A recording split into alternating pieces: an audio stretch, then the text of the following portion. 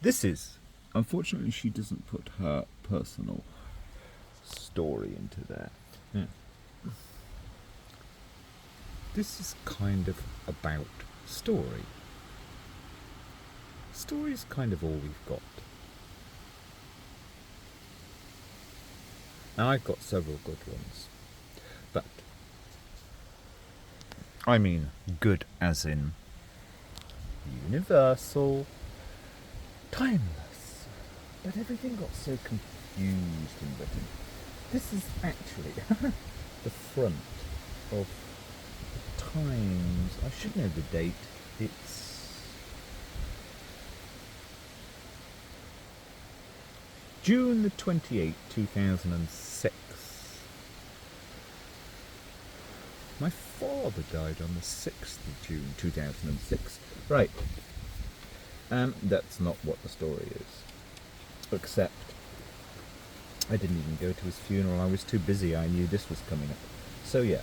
So it was like, I hate using myself as example, but in that newspaper, oh no, it wasn't that. That was a couple of weeks later. But anyway, in that that was the day that it came out in the newspaper. It's irrelevant, except on the front we've got gay clergy ultimatum to split Anglicans. Now,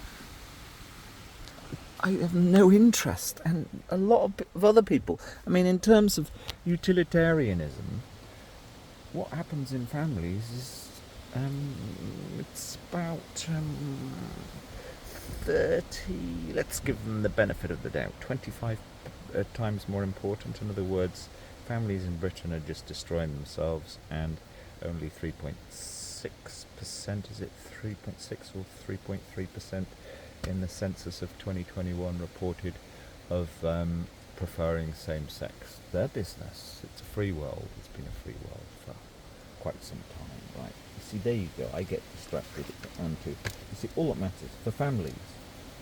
And it just so happens for 15 years, I say to people full time, and it is, but just trying to fix a family situation.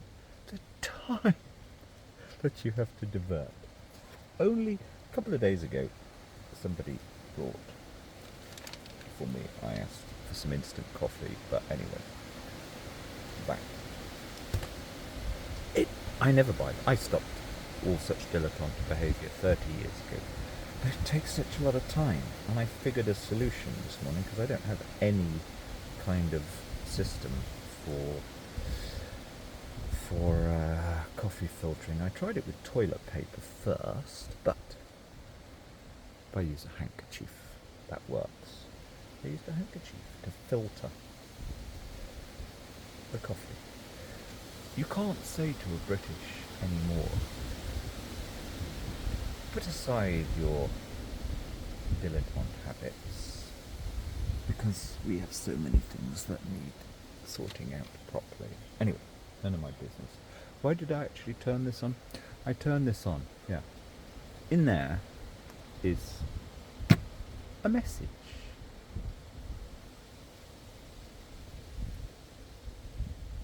I've got to listen to. But you do your stuff first. Nothing there can change my day, so you do your stuff first. And my stuff is, so many interesting little stories to write. None of which I said to myself years ago, about 15 years ago, about 20 years ago actually, no, about 15 years ago, 17 actually. Everything started to change 18, 19 years ago.